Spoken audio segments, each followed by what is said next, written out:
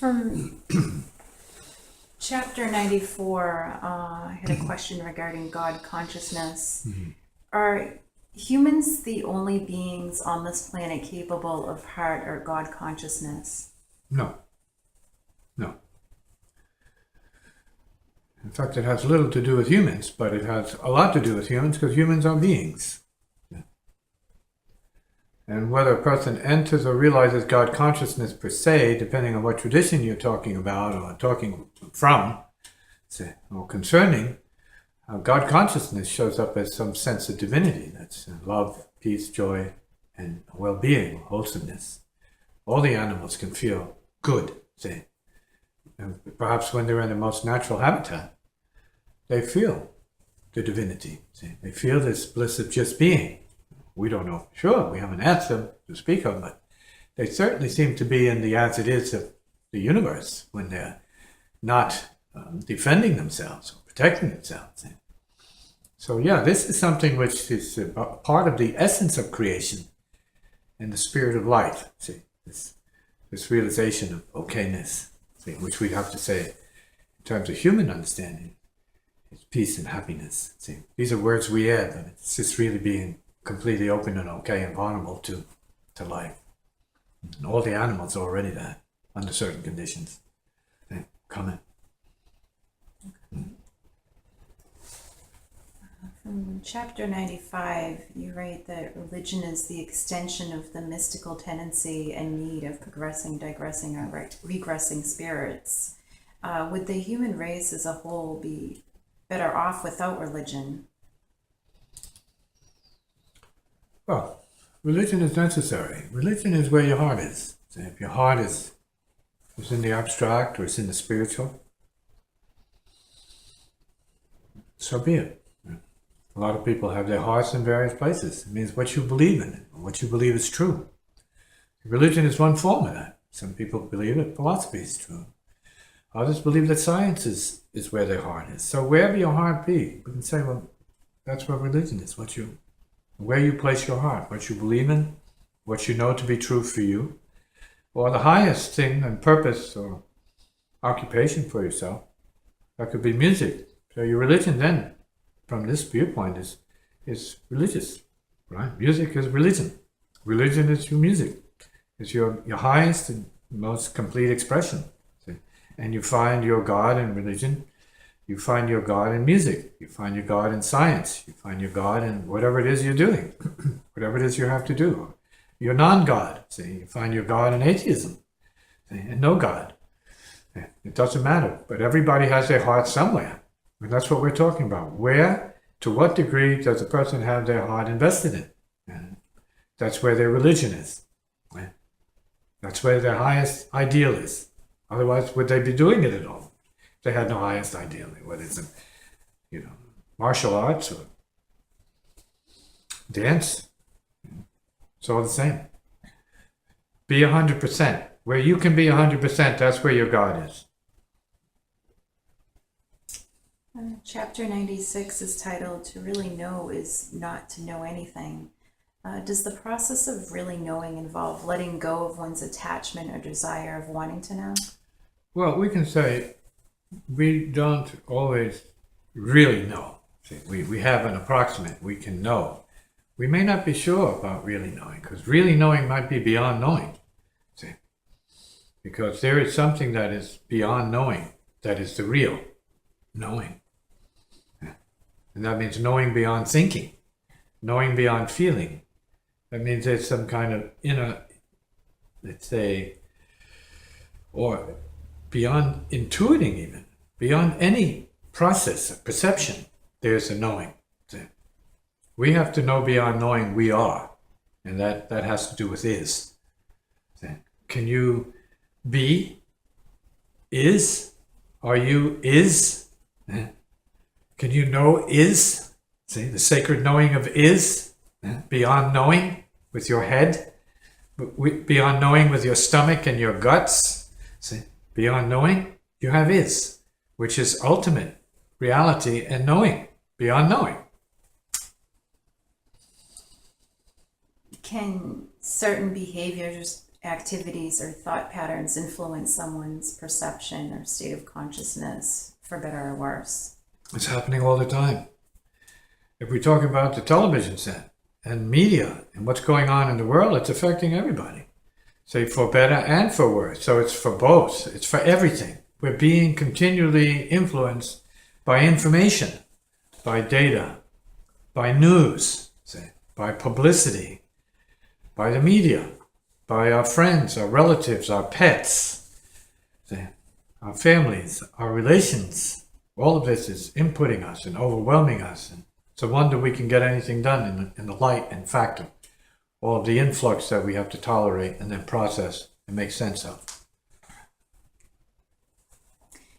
From chapter 97 regarding truth and enlightenment, is there a responsibility and or obligation that comes with knowing the truth and or becoming enlightened?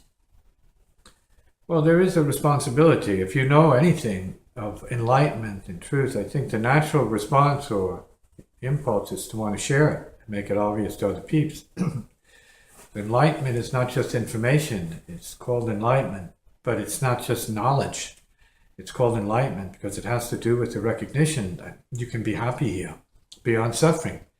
Enlightenment is directly related to suffering in that it's a karma, that is, it's a, let's say, a condition that is set up and reinforced and thus made real by the self. Whereas seen properly, you can undo it, you can dissolve it, you can reverse it, you can transcend it. And that's what the beauty of enlightenment means, is that there is no suffering when you look at what the light is. That is implied by the enlightenment wisdom. That there is first and foremost light, let there be light. And it never ceases to exist. So it's up to the individual in their, say, human darknesses and bouts with mortality to wake up to the fact that despite all of our suffering, we can open more to the light. Do we ever think in those terms? It's possible. Do we ever open up to the light to the degree where we can know that light and then ultimately be that light beyond suffering? That's up to the individual. But it's everybody's opportunity. Whether you see it through religion or you see it through art or science, doesn't matter. Or nature. You have an opportunity to see beyond what you see, hear beyond what you hear, smell beyond what you smell, taste beyond what you taste, and know beyond what you know. Know beyond what you feel. Completely. Do we expand ourselves to that degree or to that point? I think that's the test of the individual's resolve to know more, to know beyond knowing, and to enter an enlightened state, if possible, beyond knowing anything, and knowing the light for what it is, and then feeling the peace of what that is, and bringing that peace to other peeps, working from that peace, which then is, as certain teachings make clear, our true nature. That means underneath all of the suffering is this peace. And we need to prove that to ourselves. Can it be dangerous to know the truth? In some cases, it may be dangerous to know the truth, depending on what that truth is. So we're talking about the truth in general terms. And that means something different to everybody.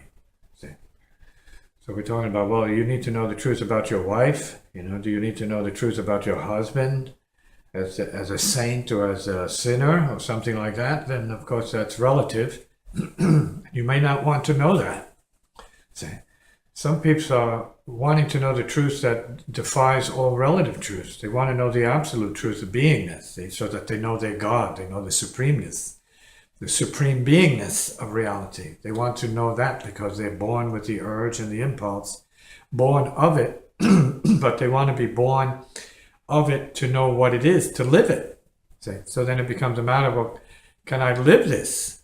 I know what this is supposed to be, but can I live it? And when you're talking about certain religious teachings, I like to use the, let's say, the old Christian reference about love being the test of what God is. If you know love, you know God, in a sense. And as I was saying, well, you can know music and know God, you can know science and you can know your God, but you can also know love in the heart and know your God as well. So God is love, is impersonal. It's universal.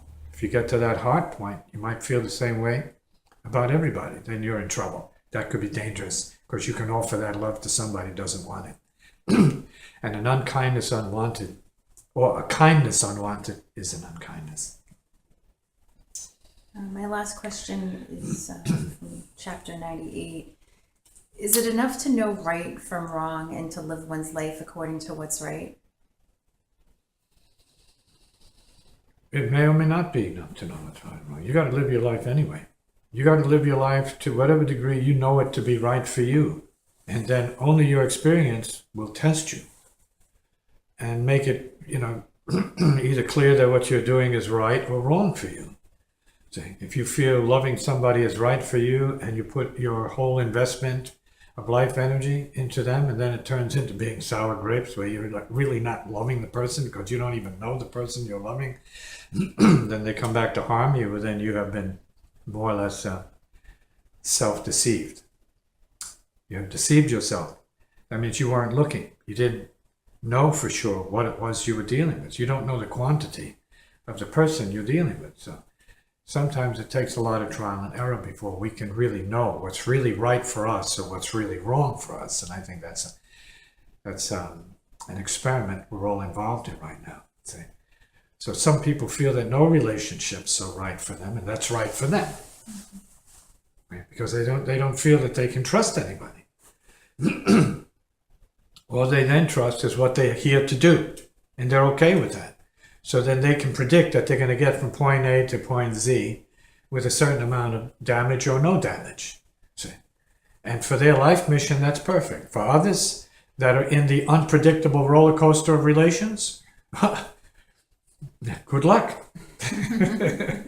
You know when it's all over, if there's anything left.